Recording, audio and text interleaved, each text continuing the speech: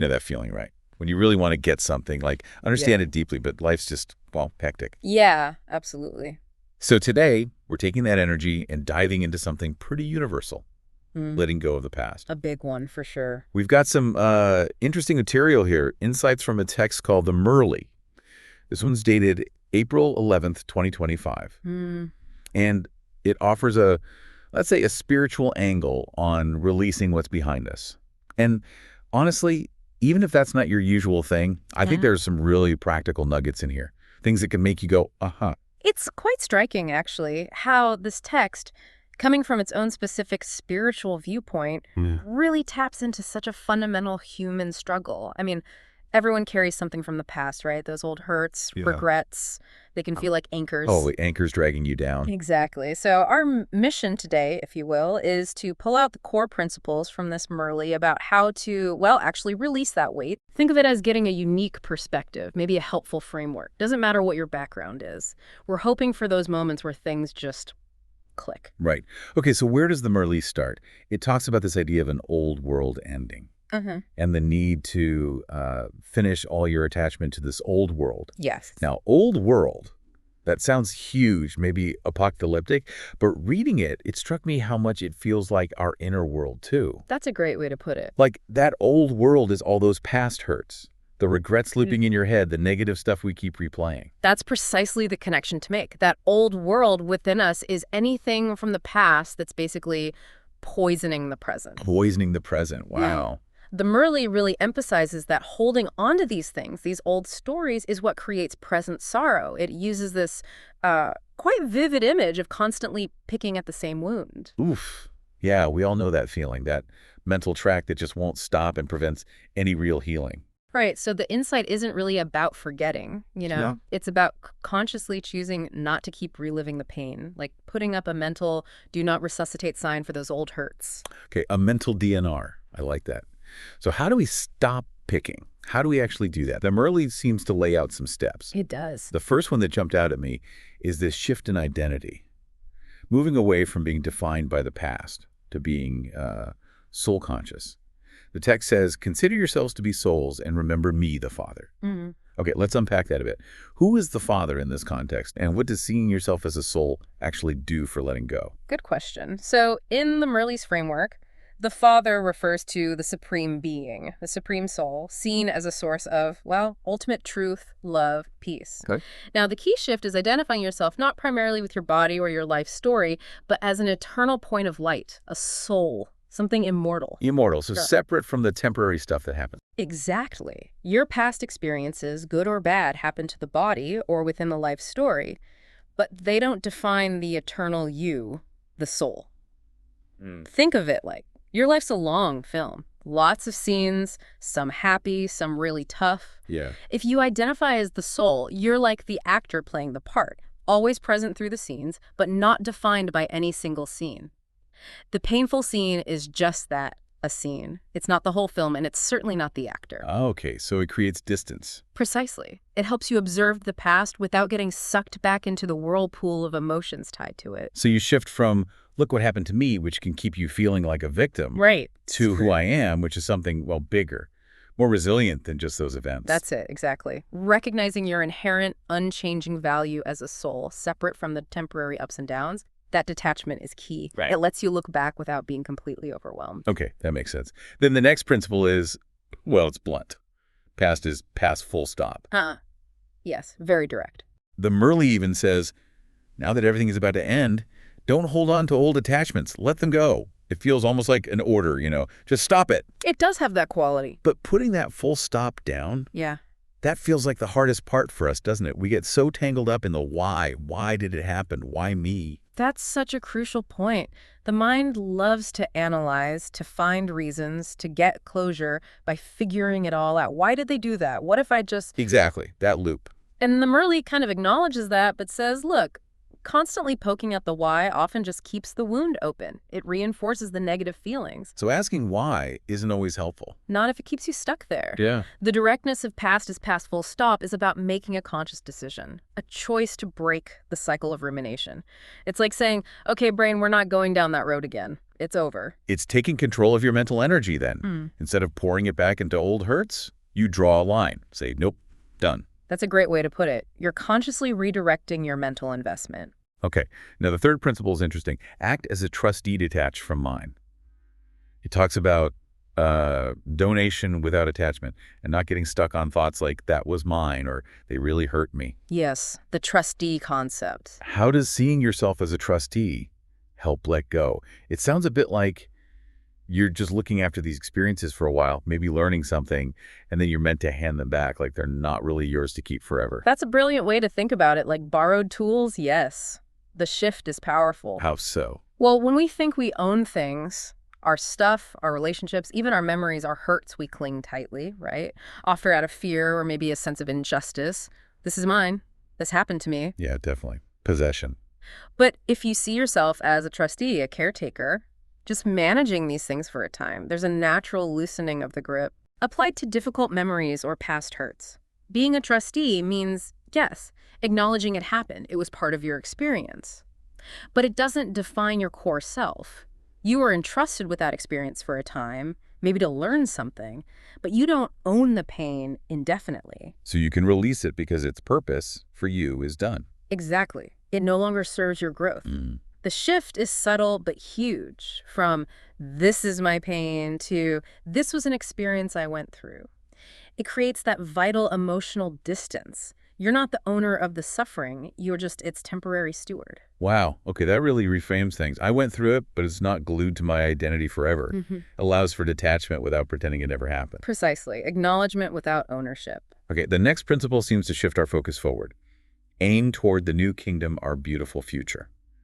The Murli talks a lot about this new world of complete peace and happiness as the goal, the destination. Yeah, the golden age. How does looking forward help us let go of what's behind? Well, think about basic human psychology. Hope, goals, aspirations, they pull us forward, right? Yeah, usually. The Murli uses a simple analogy. Imagine you're on a long, perhaps difficult journey, but you're really looking forward to arriving home, to comfort and peace. Okay. When your mind is filled with the anticipation of that destination, the bumps and struggles you faced on the road behind you, they start to seem less important, don't they? Their power fades. True. You're focused on where you're going. Similarly, by actively focusing on and envisioning a positive future, a state of being that's peaceful, free from the old burdens, you naturally lessen the grip the past has on you now. Your energy shifts from dwelling on what was to actively creating what will be.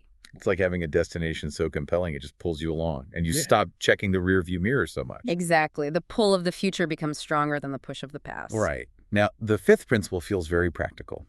Very now. Yeah. Everything is fine in the mind first. This sounds a lot like modern ideas about positive affirmations or cognitive reframing. It has definite parallels, yes. The Murli suggests consciously choosing thoughts like, I am a peaceful soul, all's getting resolved, the past is over, even if, you don't fully feel it yet. How does that work? Isn't it just pretending?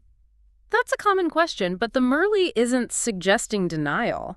It's not about pretending the bad stuff didn't happen. It's about actively choosing the narrative you focus on internally. Choosing the narrative. Yes. By repeatedly, consciously affirming these positive, healing thoughts, I am peace, things are resolving, you start to, well, rewire your mental pathways. Like training your brain. Kind of. Think of your mind like a garden. If you keep planting seeds of, I am peaceful, eventually those are more likely to grow strong than the weeds of old negativity you keep watering by dwelling on them. So you're cultivating peace instead of cultivating the hurt.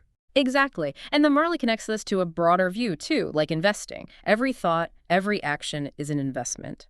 You can invest in replaying sorrow, which, in their view, brings future sorrow. Or you can invest in thoughts of peace and strength, creating a positive return, referred to as rewards over 21 births. Wow. Okay.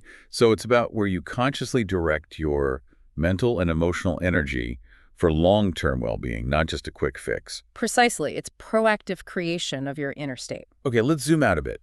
We've looked at these individual principles. How does the Murli sort of, as a whole system, really help someone struggling to let go? Can we maybe summarize the main benefits? Absolutely. I think there are a few key ways. First, it provides a spiritual anchor. That core idea of being a soul gives you an inner stability, something unchanging to hold on to when emotional storms hit. You're not just the storm, you're the calm center, the soul observing it. An anchor. Second, it offers a clear mental framework, almost like a daily checklist. Am I thinking about the old stuff? Or am I focused on my true self, my peaceful home, my positive future? This self-checking helps you catch negative patterns and consciously shift them. All right, that awareness piece. Third, there's the emphasis on connection with the Supreme, what they call Raja Yoga meditation. This practice is seen as plugging into a divine energy source, replenishing the power you lose by holding on to negativity. It helps bitterness naturally fade. So like recharging your spiritual batteries. You could say that, yes. And finally, it gives practical tools for everyday life, that trustee concept we talk about. You can apply it everywhere, finances, relationships, and yes, even to memories. It fosters detachment, which is seen as real spiritual maturity. So anchor, framework, energy source, and practical tools. That's quite comprehensive. It aims to be, yes. And, listening to this, even though it comes from the specific Murli text, these ideas, detachment, knowing your true self, focusing forward, they feel, well, they don't feel limited to just one path. They seem pretty universal. That's a really important point. The principles themselves, soul consciousness, detachment, elevated thought, resonate across many wisdom traditions and even psychological approaches. Right. What's perhaps distinct about the Murli's approach is how practical and direct it is. It's not just philosophy. It gives you things to do. Like what? Like consciously practice soul consciousness. I am a soul, separate from this drama. Like actively create elevated thoughts. I am peace. Like constantly remembering your true spiritual home and your divine inheritance of peace and happiness. These provide direction and purpose, naturally making the past less compelling. So it gives you actionable steps. Yes. And the idea is that engaging deeply with these can build a kind of sustained inner power, a resilience that helps you handle whatever life throws at you with more calm, more clarity. So really the core message boils down to this idea of finishing old accounts, clearing the slate. Yes. And remembering our true home, our state of peace, Yeah. as the direct route out of past pain. It's like if you really grasp that your fundamental identity is this peaceful soul and that's your destination, those old hurts just don't have the same sting anymore. They start to shrink. They lose their power. The energy maintaining them gets withdrawn. Yeah. And that's where that past is past full stop becomes less like a harsh command Yeah. and more like a natural consequence. It becomes a daily mental practice for living with more freedom, more lightness. Freedom and lightness. That sounds good. Doesn't it? By consistently pulling your attention back to who you truly are as soul and your inherent peace, those old narratives just fade. The energy goes into creating a better now and a brighter future. Okay. So for everyone listening, maybe just hold on to those key takeaways for a moment. This Murli framework suggests letting go by, 1, understanding you're fundamentally a soul separate from your story. 2, consciously choosing to stop replaying the past, that full stop. 3, practicing detachment, like being a trustee, not an owner, of experiences and even memories. 4, keeping your focus firmly on a positive future, your true home. And 5, actively cultivating those peaceful, elevated thoughts. Well summarized. It seems like a powerful combination. And maybe that leads to a final thought, something practical for you listening right now. Yeah. Take a moment, maybe after this, and think of one specific past event, one memory that still kind of nags at you, something you're holding on to. Okay, got one. Now, just try this on. How might applying that trustee idea shift things? If you saw yourself as just the caretaker of that memory, not its permanent owner, would it feel different? Or what about practicing that past is past full stop? Just for today, every time that memory pops up, consciously say to yourself, full stop, that's over. See what happens. So experiment with it. Exactly. Experiment. See if these ideas offer you a little more space, a little more peace right here today. It's about finding what works for you on your own journey.